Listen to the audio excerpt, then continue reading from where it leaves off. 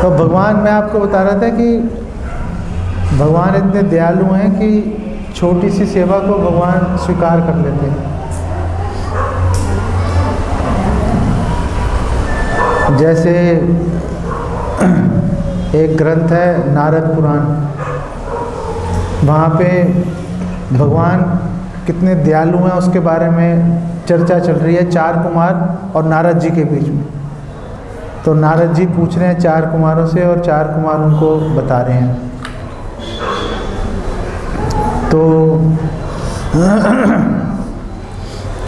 तो नारद जी ने बताया, और तो 4 कुमारों ने नारद जी को बताया एक व्यक्ति के बारे में। तो एक्चुअली में 2 भाई थे। तो 4 कुमारों ने बोला 2 भाई थे, एक धार्मिक था, एक दुष्ट प्रवृत्ति का था।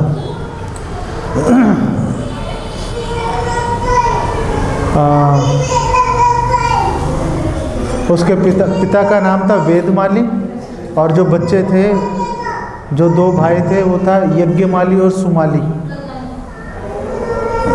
नाम भी याद आ गए मुझे। तो यज्ञमाली धार्मिक था, वेदमाली जो सुमाली था वो बदमाश था। तो वो पिता ने जब मरने का टाइम है, उसने अपनी संपत्ति जो है उसको 2 भागों में विभाजित कर दिया, आधा आधा कर दिया। वेदमाली ने आधी संपत्ति ब्राह्मणों को दान दे दी, जो बाकी आधी बची उसके 2 भाग करके एक भाग उसने यज्ञमाली को दिया और एक भाग सुमाली को दिया। वो दे दिया। जो यज्ञमाली है उसने तो पैसे को संभाल के रखा, धार्मिक वृत्ति का था, उसने कहाँ खर्चना है।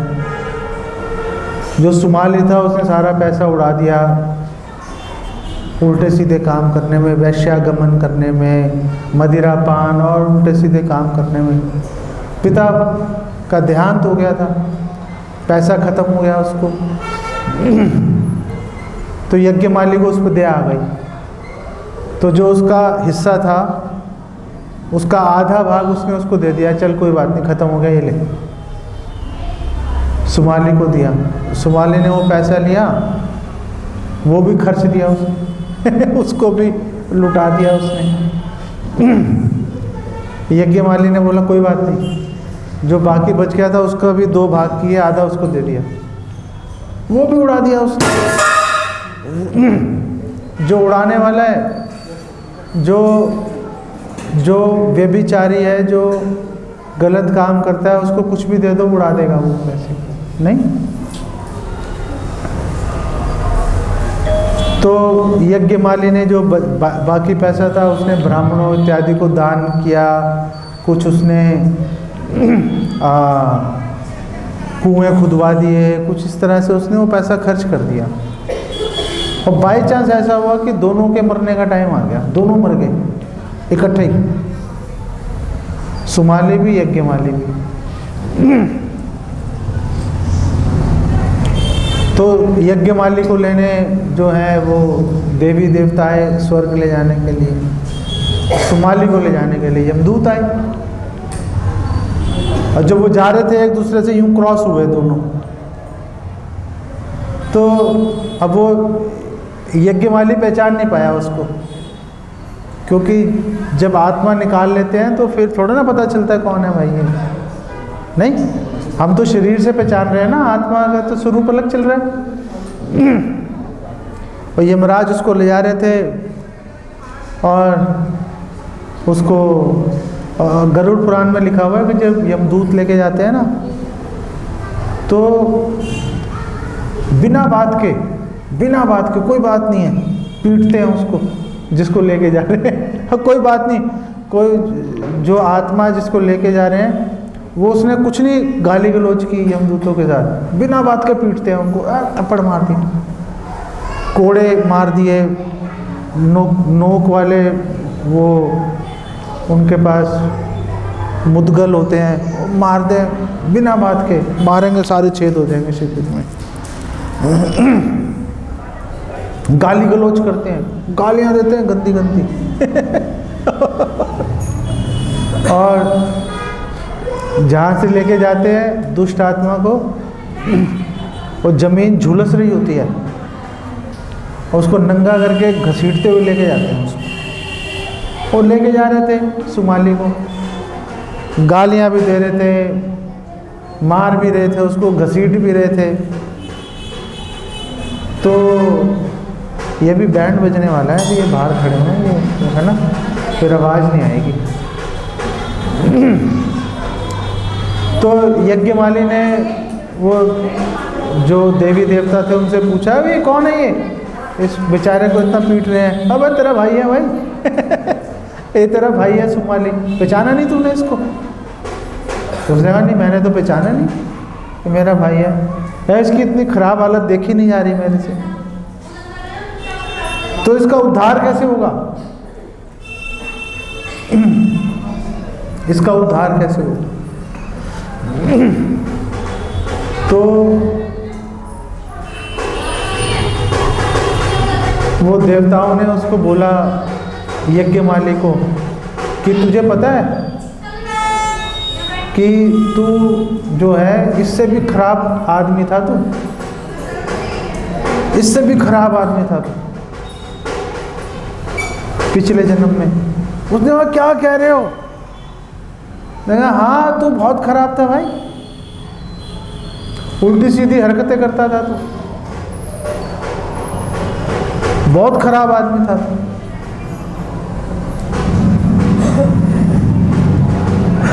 तो उसने कहा फिर मतलब, तो मैं इतना धार्मिक कैसे बन गया, इतनी धन दौलत आ गई मेरे पास बिना कुछ किए, मैंने कुछ किया ही नहीं। पिता आए, उन्होंने कहा ले बेटा पैसे ले ले, काम खत्म हो गया। तो फिर ये काया पलट कैसे हो गया? तो उन्होंने कहा कि तू इतना लंपट था, व्यभिचारी था कि तेरे को तेरे घर वालों ने घर से निकाल दिया था कि भाग जाए यहाँ से भाई, हम नहीं तेरा मुंह देखना चाहते, तू हमारे लिए मर गया, हम तेरे लिए मर गए। भगा दिया उसको घर से। तो उसने एक वैश्या के साथ में, अब वो शहर में रह नहीं पा रहा था, तो एक वैश्या को लेके जंगल में चला गया, निर्जन स्थान पे। वहाँ पे एक भगवान का मंदिर था, भगवान विष्णु का। तो वहाँ पे जाके उसने जो वैश्या थी, वैश्या के साथ संग करने के लिए उसने वहाँ पे एक दिया जलाया। उसने बिल्कुल निर्जन था, घूप अंधेरा, उसने एक दिया जला दिया कोने में, तो कुछ तो दिखाई दे, रोशनी हो कुछ। और उसने एक जगह थोड़ी सी साफ कर दी, 2 मीटर जगह साफ कर दी लेटने के लिए वहाँ पर। वह इतना ही काम किया था, एक सांप आया, ठक से काटा, मर गया।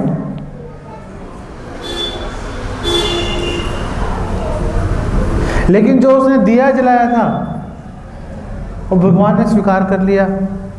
जो उसने वो जगह अपने लेटने के लिए, वैश्या का संग करने के लिए जो जगह साफ की थी, भगवान ने कहा मेरे घर, मेरा मंदिर साफ किया है इसने।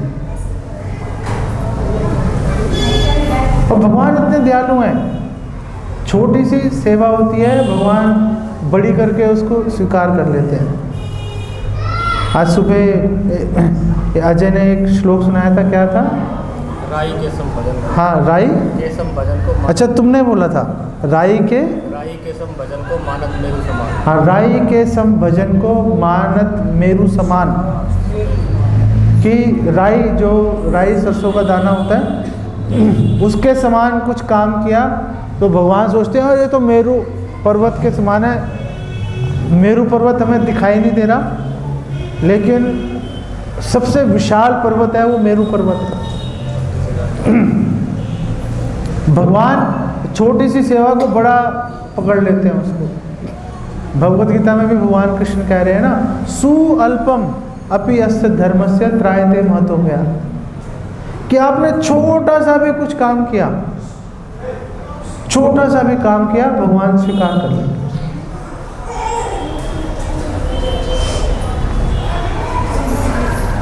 तो वो देवताओं ने उसको बोला कि भाई तू तो यूं बचा,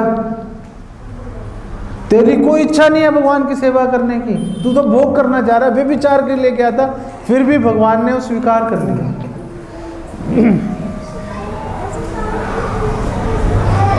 तो यज्ञमाली ने उनसे पूछा कि इसका कल्याण कैसे होगा?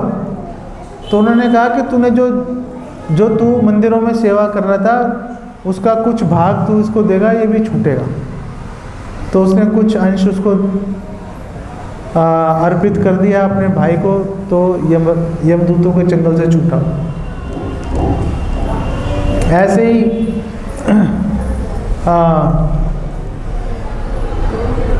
ही एक राजा का वर्णन आता है नारद पुराण में। और राजा का भाई एक ही आदत थी, रोज जाके मंदिरों की सफाई करता था। तो एक दिन हो गया, 2 दिन हो गया, रोज ही मंदिरों की सफाई कर रहा है। तो यार मंत्रियों ने पूछ लिया, भैया क्या कर रहे हो, ये रोज मतलब अजीब लग रहा है ना, 4 घंटे मंदिर की सफाई किए जा रहे हैं, क्या हो रहा है? तो उसने कहा मैं पिछले जन्म में मैं गिद्ध था। वो गिद्ध नहीं होता जो मरे हुए का मांस खाता है, नहीं, वल्चर। उसने कहा मैं गिद्ध था, गिद्ध था, हाँ गिद्ध था। वो गिद्ध था तो मांस खा रहा था, वो सुबह शाम मरा हुआ मांस, सड़ा हुआ मांस। वो कह रहा है कि एक बार मैं एक मंदिर के उस गुंबद पे बैठा हुआ था। अब ऐसे मंदिर है, इसके ऊपर कोई भी पक्षी आके बैठ सकता है, कौन रोकेगा जाके? ये पंडित जी हैं, हम तो रोक नहीं सकते। नहीं, कह रहा मैं उसके ऊपर बैठा हुआ था, तो अचानक एक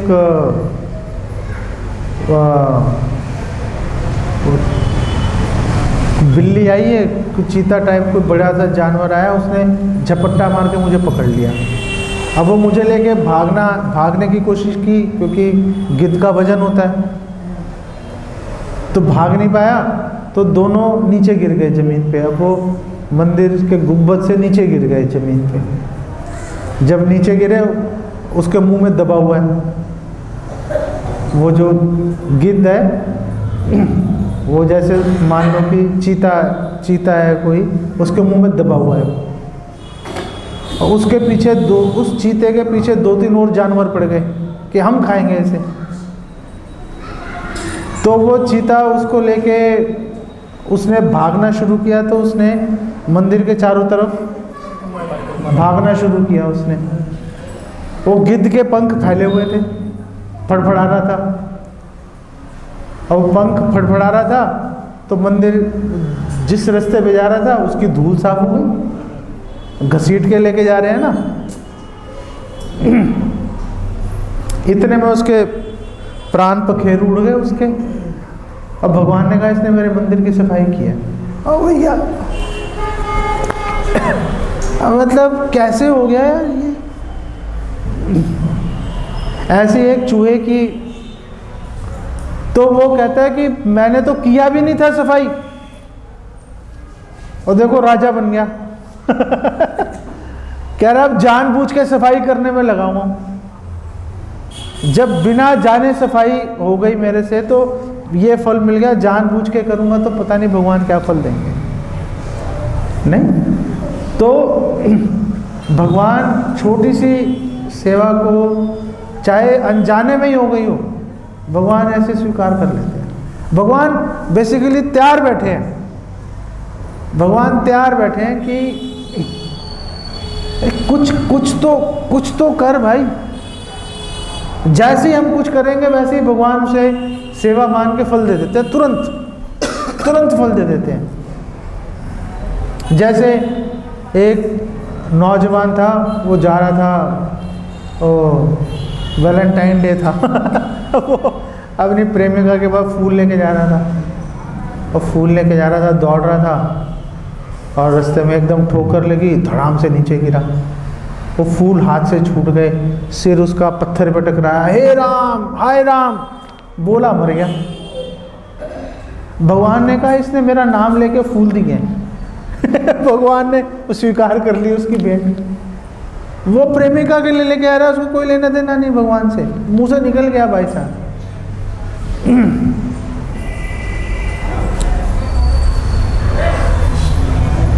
तो यमराज के पास लेके गए उसको यमदूत। तो यमराज ने कहा इसको कैसे ले आए इतने गंदे आदमी को, इसने जीवन में कोई अच्छा काम नहीं किया। तो उन्होंने चित्रगुप्त से पूछा, हाँ भाई कोई क्या है इसके, कोई इसने कोई अच्छा काम किया है? और चित्रगुप्त ने पन्ने पलटे उसने कहा अब दिख नहीं रहा, लेकिन ये मरते मरते इसने वो हा राम बोल के फूल इसके हाथ से गिरे थे, अब भगवान ने स्वीकार कर लिया वो, तो इसको फल, ये एक इससे पुण्य हो गया, इसका फल मिलना चाहिए इसको। तो यमराज जी ने बोला कि चलो इसका फल इसको दे देते हैं, इसको एक दिन जो है इसको इंद्र के, क्योंकि फूल चढ़ाए थे ना इसने, इसको एक दिन हम इंद्र के जो बगीचा है स्वर्ग में नंदन कानन, एक दिन वहाँ पे मौज ले ले बेटा तू जा। तो उसने कहा जी ठीक है जी यमराज जी। तो उसको ले जाके वहाँ पे छोड़ दिया उसको नंदन कानन में, चारों तरफ फूल ही फूल खिले हुए थे, और इंद्र का बगीचा है भाई वो चारों तरफ फूल ही फूल खिले थे। पहुँचते ही, अभी पैर जमीन पे लगे नहीं थे उसके, पहुँचते ही धड़ धड़ धड़ धड़ धड़ फूल तोड़ने शुरू कर दिया उसने। वो इंद्र आ गए, इंद्र ने बोला भाई क्या कर रहा है, पूरा बगीचा तू तो तबाह कर देगा, घंटे में पूरा तोड़ देगा तू बगीचा, क्या करें? अब तो आवाज़ आएगी नहीं, आप आ रही है आवाज़?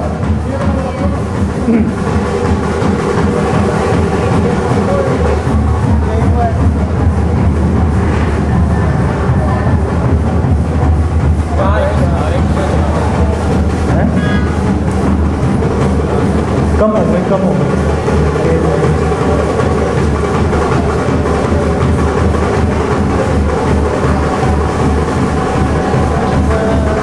उसको उनको कुछ कहा भी तो नहीं आ सकता,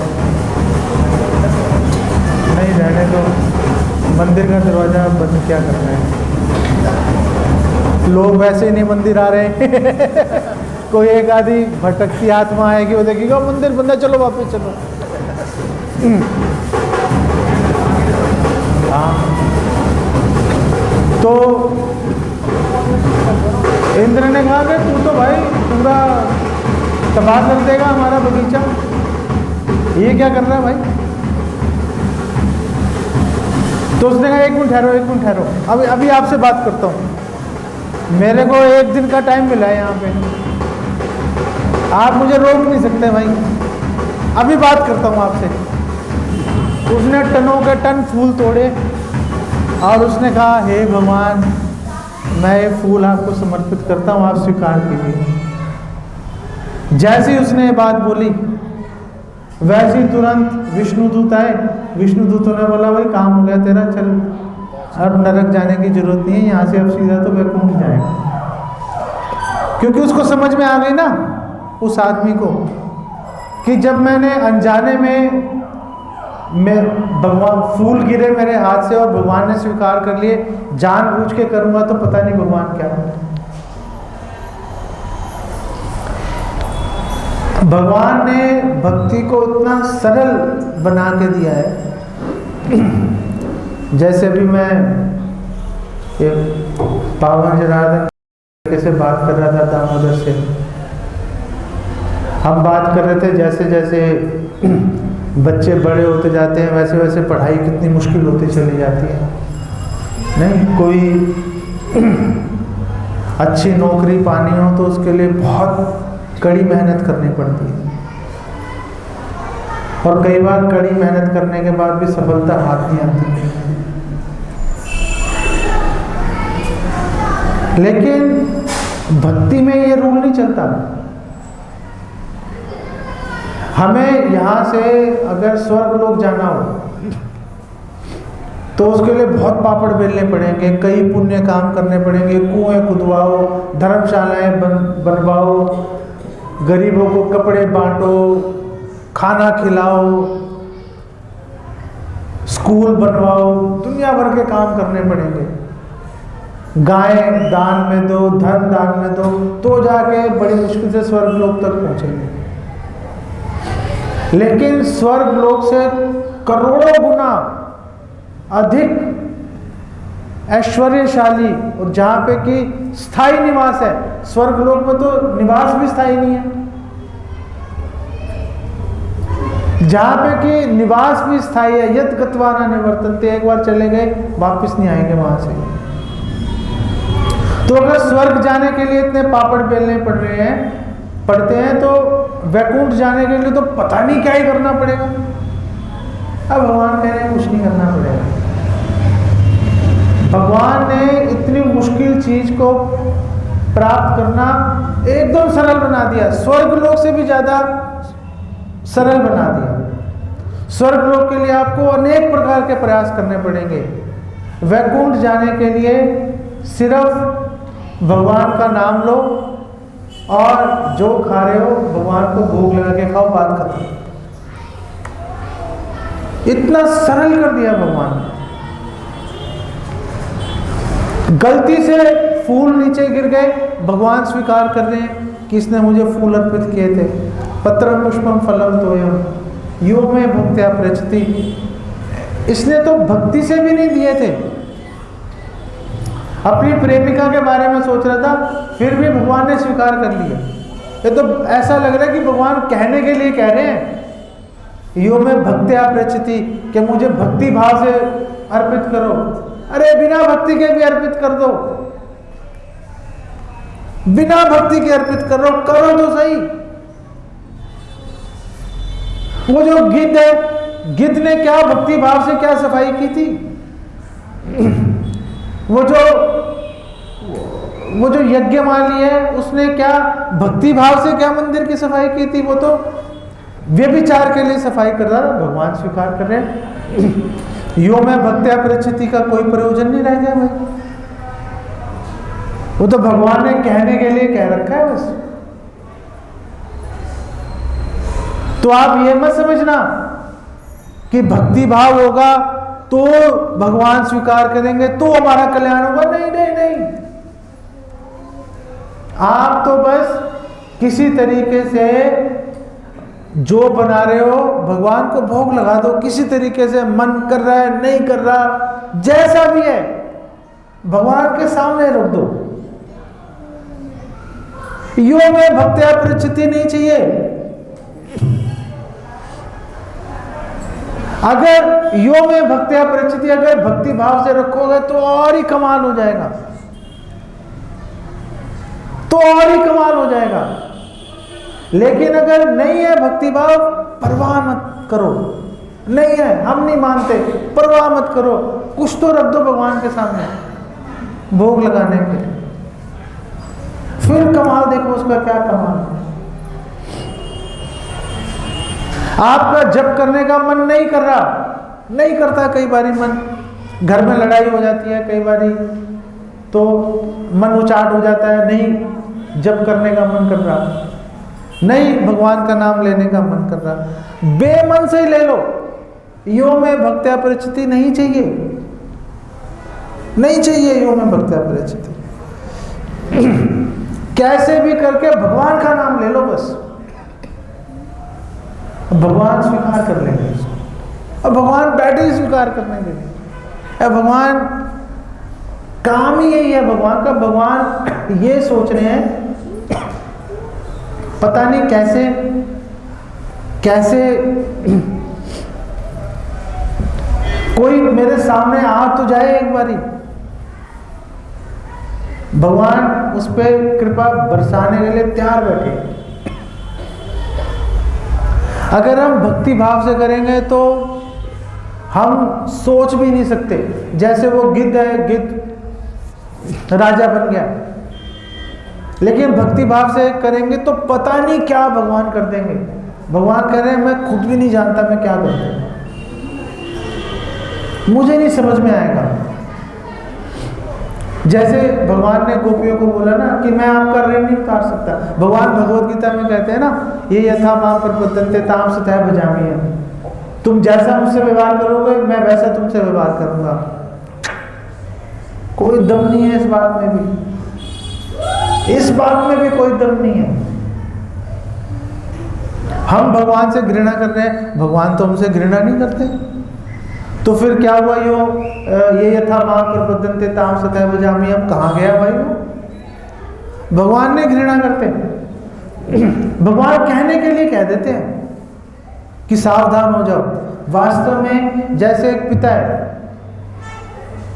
पुत्र जो बेटा है, संतान है, अपने पिता का कितनी बार भी अपमान करे, क्या पिता संतान के विरुद्ध सोचना शुरू कर देता है कि इसका नुकसान करूंगा, इसने मेरा अपमान किया था? वो फिर भी उसके फायदे के बारे में सोचता रहेगा, फिर भी उसके फायदे के बारे में सोचता रहेगा।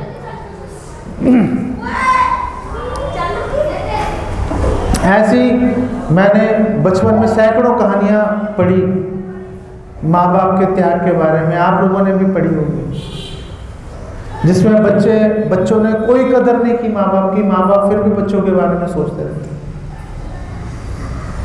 ये माँ बाप का स्वभाव है। भगवान हमारे पिता है ना, भगवान का स्वभाव है। हम भगवान के प्रति प्रेम नहीं दिखाएं, फर्क नहीं पड़ता, भगवान हमेशा हमारे कल्याण के बारे में सोचते हैं। भगवान हमेशा सोचेंगे, भगवान का स्वभाव है। भगवान हमारे विरुद्ध, भगवान हमसे घृणा नहीं कर सकते। कितनी बड़ी बात है। भगवान हमारे नुकसान के बारे में नहीं सोच सकते, भगवान हमेशा यही सोचेंगे कि कैसे इसका कल्याण करूं। इसलिए कोई थोड़ा सा भी काम करेगा, वो थोड़े से सेवा के बदले में भगवान को भी थोड़ा सा काम करना चाहिए। नहीं, भगवान उसको बढ़ा चढ़ा के स्वीकार कर लेते हैं, भगवान बढ़ा चढ़ा के स्वीकार कर लेते हैं। भगवान ये यथा मां प्रपद्यन्ते पे काम ही नहीं करते। भगवान पता नहीं क्यों बोल दिया भगवान ने। भगवान तो ये सोच रहे हैं कि तुम कुछ तो करो, उसी को मैं बढ़ा चढ़ा के स्वीकार कर लूंगा, काम बन जाएगा तुम्हारा। अगर ऐसा नहीं होता तो भगवान क्यों बोलते सुअल्पमपि अस्य धर्मस्य त्रायते मतो व्ययात्, कि छोटा सा भी अगर तुम सेवा करोगे बड़े से बड़े खतरे से बच जाओगे। छोटी सेवा करेंगे तो छोटे खतरे से बचना चाहिए। ये यथा मां प्रपद्यन्ते तो यही हुआ ना कि छोटा काम करेंगे छोटा फायदा मिलेगा, बड़ा करेंगे बड़ा फायदा मिलेगा। भगवान कहने को कह दिया, वास्तव में भगवान छोटी सी सेवा को जो अनजाने में की उसका भी भगवान बहुत अधिक करके प्रतिकार करते हैं। कई बार लोग हम बोलते हैं ना, हमारे शास्त्रों में लिखा है कि भगवान अहेतु की कृपा करते हैं। भगवान की कृपा अहेतु की होती है, अकारण भगवान कृपा करते हैं। तो बोलने वाले ये भी बोल सकते हैं कि चलो जो भी है, वो गिद्ध ने सफाई तो की थी तो भगवान ने फल दिया, वो व्यक्ति ने भगवान के मंदिर की सफाई तो की थी, चाहे किसी कारण से की थी, तो भगवान ने फल दिया। तो कारण आ गया ना, तो कारण आ गया, फिर अकारण कहाँ रही? जब कारण ही आ गया तो फिर भगवान की कृपा अकारण कैसे होती है? फिर तो कारण है। चाहे अनजाने में किया, लेकिन किया तो कारण आ गया। तो हमारे आचार्य बताते हैं, वो कहते हैं ऐसा नहीं है। वो कहते हैं कि अगर आप किसी दुकान पे जाओ और उसको आपने 1 रुपया दिया और उसको बोला आपने 1 रुपये की दाल दे दो, आजकल तो 1 रुपये की दाल कहाँ से मिलेगी, भगा देगा वो। तो आपने 50 रुपये दिए कि आधा किलो दाल दे दो, और दुकानदार आपको 100 किलो दाल दे दे 50 रुपये में, बनती नहीं है। 100 किलो दाल बनती नहीं है, 50 रुपए में 100 किलो दाल नहीं आ सकती। लेकिन वो दुकानदार ने अगर आपको 100 किलो दाल दे दी, ले जा भैया, आज हम मौज के अंदर हैं, जो चाहिए ले जा, 50 रुपए में। तो वो दया जो है उस दुकानदार की, वो अहेतु की, अकारण दया कहलाएगी कि उसने 50 रुपए के बदले में आपको 5 लाख रुपए का सामान दे। वो अकारण की, उसको अकारण की दया कहते हैं। इसी तरह से चाहे हमने उस गिद्ध ने अनजाने में भगवान का मंदिर साफ किया, लेकिन इतनी बड़ा फल नहीं मिलना चाहिए था। अब भगवान ने इतना बड़ा फल दे दिया, उसको राजा ही बना दिया, उसको नहीं, इतना बड़ा फल दे दिया, राजा ही बना दिया। तो हम अगर कारण को देखें और परिणाम को देखें तो आपस में संबंध दिखाई नहीं देता। कारण के अनुपात में फल नहीं मिल रहा, कारण इतना ज्यादा, फल इतना बड़ा मिल गया। इसीलिए भगवान की कृपा को अकारण की कहा जाता है। इसीलिए भगवान की कृपा को अकारण की कहा जाता है। नहीं तो अगर कुछ भी नहीं होगा, बिना कारण से भगवान अगर दया करेंगे तो फिर ये सवाल उठेगा कि इस पे दया की, उस पे क्यों नहीं की, इस पे दया की, इस पे क्यों नहीं की। तो फिर भगवान पे प्रश्न उठ जाएगा। इसीलिए चाहे जाने में अनजाने में थोड़ी सी भी अगर हम भगवान की सेवा करते हैं तो उसका भगवान असीमित फल देते हैं। इसको अकारण की कृपा कहा जाता है।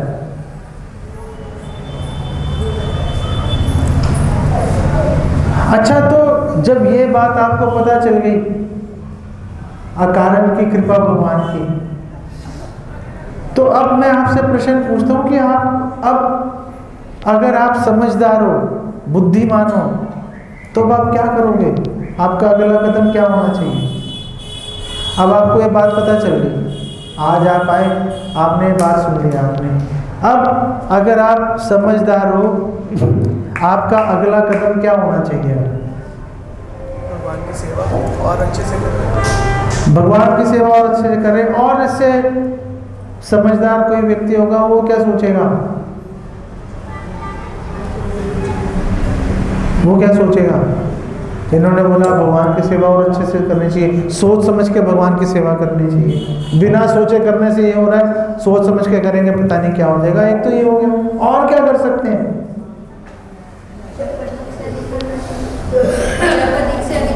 जब अधिक से अधिक करो, चलो इस बात में आ गया, और अधिक सेवा करें। उसके लिए नहीं दिया हमें कुछ, हाँ, भगवान कुछ हमें उसके जो हम सेवा करेंगे भगवान की, उसके बदले भगवान कुछ देंगे, उसके सोच के नहीं करनी। तो हमें फल की इच्छा से भगवान की सेवा नहीं करनी चाहिए, निष्काम भाव से भगवान की सेवा करनी चाहिए। और आगे बढ़ोगे, एक कदम और आगे बढ़ाओ, और क्या करोगे? समय व्यर्थ नहीं गवाना चाहिए, अच्छे से सेवा करनी चाहिए और आगे बढ़ो। किसी की मदद निस्वार्थ करनी चाहिए। किसकी मदद निस्वार्थ करोगे? जैसे कोई भी है, कोई जानवर है या कोई पक्षी है, कैसे करोगे निस्वार्थ सेवा? किसी को कुछ खिला दिया है, किसी को और कुछ बताओ। कर दे सब कुछ, जो भी कुछ कर रहे हैं भगवान का। लाओ फिर आप शुरुआत करो।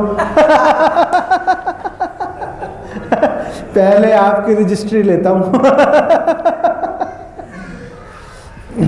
अभी भी आप अपने बारे में सोचे जा रहे हो, अभी भी आप अपने बारे में सोचे जा रहे हो कि मैंने बिना सोचे समझे की थी, अब सोच समझ के कर दूंगा और फायदा होगा। किसका फायदा होगा? मेरा फायदा होगा। आप सबने जो भी जवाब दिया, वो जवाब आपने एक ये माता जी को छोड़ के उनका जवाब लेकिन अलग दृष्टि से गलत था, इसलिए मैंने माना नहीं उसको। आप अभी अपने बारे में सोच रहे हो, आपका पूरा ध्यान अपने ऊपर है। देखो कितनी भयंकर हमारी स्थिति है, हम लगातार अपने बारे में सोचे जा रहे हैं, लगातार अपने बारे में सोच रहे हैं हम। हमें भक्तों के साथ संग करना चाहिए ताकि भगवान की सेवा। भक्तों के साथ संग करना चाहिए, किसको फायदा होगा? मुझे फायदा होगा। अपने बारे में सोचे जा रहे हैं। कहने के बावजूद हम अपने से आगे बढ़ नहीं पा रहे। कहने के बावजूद भक्तों का संग करना चाहिए, भक्तों का संग करने से किसे फायदा होगा? मुझे फायदा होगा। अरे अपने से आगे बढ़ो। जो नहीं जानते उनको इनके बारे में बताना चाहिए। जो नहीं जानते और अधिक स्पष्ट बोलो। भगवान की प्रसन्नता के लिए सेवा करो। अब भगवान की प्रसन्नता के लिए सेवा करोगे, आपको फायदा होगा ना। अपने पे अटके हुए हो ना आप, यही तो मैं कह रहा हूं, आप अपने पे अटके हुए हो सिर्फ। ये एक कदम आगे बढ़ा। अगर कोई समझदार आदमी होगा, वो उसको ये पता चल गया कि चाहे जानबूझ के करो चाहे अनजाने में करो, थोड़ी सी सेवा का इतना फल मिलता है, तो वो समझदार आदमी जाएगा घर, अपने सारे घर वालों से जबरदस्ती झूठ बोल के, गुस्सा करके, जैसे भी है उनसे कुछ ना कुछ भगवान की सेवा करवाएगा। वो करवाएगा नहीं करवाएगा? अपने रिश्तेदारों को, अपने मित्रों को, पड़ोसियों को, हर एक को झूठ बोल के, मान मलवर करके, उनके पैरों में गिर के, जैसे भी करके, जाने अनजाने में उनसे कोई सेवा करवाएगा भगवान की, कि उसको पता चल चुका है कि जानबूझकर भक्ति भाव से भगवान की सेवा करना जरूरी नहीं है। किसी तरीके से भी अगर इससे मैंने कुछ सेवा करवा दी, इसको पता नहीं क्या फल मिलने वाला है जाके। तो मेरा कर्तव्य यह है कि जब मुझे ये बात पता चल गई, अब तो जो जिन जिन को मैं जानता हूं उनको ले जाकर उनको किसी ना किसी तरीके से भगवान की कुछ ना कुछ सेवा करवाऊंगा। समझदार आदमी यही काम करेगा। और साथ में जो ये माता जी ने बोला, जो आपने बोला, जो आपने बोला, जो इन्होंने बोला, वो भी काम करेंगे, अपने लिए भी काम करेंगे। लेकिन एक जो भक्त होता है, जिसको थोड़ी सी जानकारी हो जाती है, सबसे पहले वो स्वार्थ को त्यागता है, अपने बारे में सोचना छोड़ देता है। वो ये सोचता है कि मुझे एक बात पता चल गई, आज बड़ी कमाल की बात पता चली है, अब इस बात से मैं कैसे हर एक व्यक्ति का फायदा करवा सकता हूं, तो पूरा दम इस पे लगाऊंगा। मुझे तो पता चल ही चुकी है ये बात, अब तो इस बात से बाकी लोगों का फायदा कैसे कराऊंगा, अब तो इसकी योजना बनाता हूं। एक भक्त की ये मानसिकता होती है। एक भक्त ये सोचकर अपने जीवन को चलाता है, ये नहीं सोचता ओह ये बात पता चल गई और किसी और ने तो नहीं सुनी। एक भक्त ऐसे नहीं सोचता। भक्त को कोई बात पता चली है, पूरे संसार में ढिंडोरा पीट देता है, पूरे संसार में ढिंडोरा पीटे, क्योंकि ये बहुत ही कमाल की बात है कि भक्ति भाव से सेवा करने की जरूरत ही नहीं है भाई। भगवान को चाहिए ही नहीं भक्ति भाव आपका। बस किसी ना किसी तरीके से आप लोगों को पकड़ के बंदूक की नोक पे ले आओ भगवान के सामने, झुक जा भगवान के सामने भाई, ये रेलिंग थोड़ी सी साफ कर दे भाई, थोड़ा पोछा लगा दे, भगवान को कुछ फूल भगवान को चढ़ा दे, बस काम हो गया। नहीं है श्रद्धा, नहीं है, फर्क नहीं पड़ता।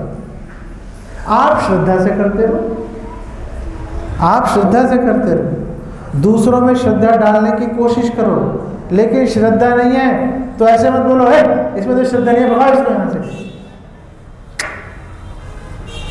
उनमें श्रद्धा नहीं है, फर्क ही नहीं चाहिए नहीं भाई श्रद्धा। हम क्यों ढूंढ रहे हैं श्रद्धा को? जो चीज चाहिए ही नहीं उसको हम क्यों ढूंढे आखिर किसी के अंदर? आपको चाहिए श्रद्धा, आप श्रद्धा से काम कीजिए। आप श्रद्धा से सोच समझकर भक्तों के संग में रहते हुए आप वो काम कीजिए, अच्छा है आपके लिए। लेकिन दूसरों को बिना श्रद्धा के भी, ये आपका कर्तव्य है, ये आपकी जिम्मेदारी है। कल तक नहीं थी, कल तक आपको पता नहीं था, आज पता चलेगा। अब ये आपकी नैतिक जिम्मेदारी है। और यमराज जी यमदूतों को बोलते हैं कि अगर नैतिक जिम्मेदारी है किसी की और वो काम नहीं कर रहा तो मेरे पास ले आना उसको। तो अब आप अगर अपनी नैतिक जिम्मेदारी का पालन नहीं करोगे, अगर आप नैतिक जिम्मेदारी का पालन नहीं करोगे तो आप भक्ति करो फिर भी यमराज जी के सामने जाना पड़ेगा, क्योंकि आपने अपनी नैतिक जिम्मेदारी का पालन नहीं किया। आपने लोगों को जो जानकारी आपको मिल गई थी, जानते बूझते हुए भी आपने लोगों की हेल्प नहीं की। और क्योंकि हमने लोगों की हेल्प नहीं की जानते बूझते हुए, भगवान को अच्छा नहीं लगेगा। भगवान बोलेंगे अपने बारे में सोचे यार अजीब आदमी है भाई, मेरी इतनी सारी संतानें और भी उनके बारे में तो सोच नहीं रहा, अपनी लगी हुई है इसको। अब भगवान कृपा करेंगे, लेकिन फिर भी भगवान ये सोच के चलेंगे कि इसने अपने बारे में सोचा था। लेकिन अगर आप दूसरे लोगों की हेल्प करते हो, अपने घर से शुरू करो। थोड़ा प्रसाद, भगवान को भोग लगा हुआ प्रसाद जो है वो मंदिर में जाओ, भगवान का प्रसाद लेके जाओ। जबरदस्ती घर वालों को, मित्रों को, रिश्तेदारों को जबरदस्ती प्रसाद खिलाओ। झूठ बोल दो उनको कि जी मैं तो वो, आप चाहे यहीं से ले आओ प्रसाद मंदिर से, उनको बोलो मैं तो जगन्नाथपुरी से लाया था, लोग ले लेंगे। भगवान का प्रसाद खाना चाहिए। अगर ये काम हम करेंगे तो लोगों का भी फायदा होगा और भगवान भी हम पे प्रसन्न होंगे। और अब बजाते रहो जितना मर्जी।